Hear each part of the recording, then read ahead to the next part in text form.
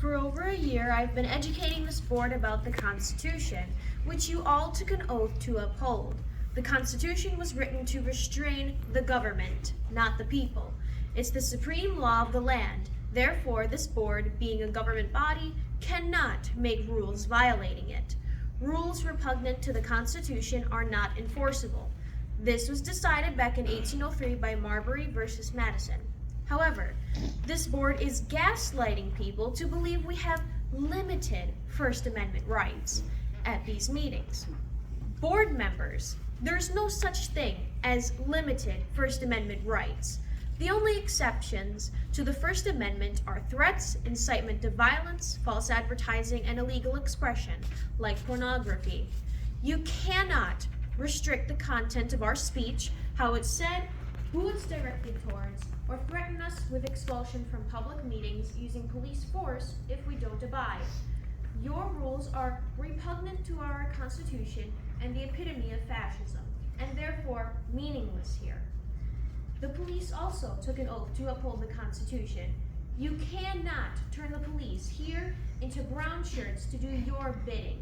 Officers who enforce your rules should be stripped of their badge for violating their oath. This board is currently embroiled in a lawsuit that already spent about $100,000 to defend itself against a case where the plaintiff only wanted an apology and a single dollar as damages. Do you still get advice from the same lawyer who thinks there's merit in spending $100,000 to avoid paying $1? You've literally stolen that money from taxpayers and students. Can this district afford another lawsuit considering the vast amount of money this board irresponsibly spent? The public was quite infuriated by your $400,000 salary, Superintendent Roberts, especially in light of the vast decline in this district since you were installed back in 2011. In 2011, proficiency scores were around 80%. Now they average around 50%, with some of your schools as low as 20%.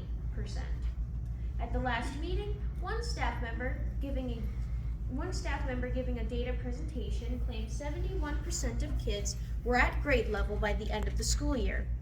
The real stats show at Dakota High School, only 42% of students are proficient in math, and worse, at Chippewa Valley High School, the proficiency is only 27%.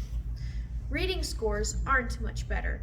Something isn't adding up here. At every meeting, this board's goal seems to be in hiding failure and giving the illusion of success, just like you want the illusion of power with your rules. I'll leave you with this quote. When government betrays the needs of its people, it's no longer their government, it's their enemy.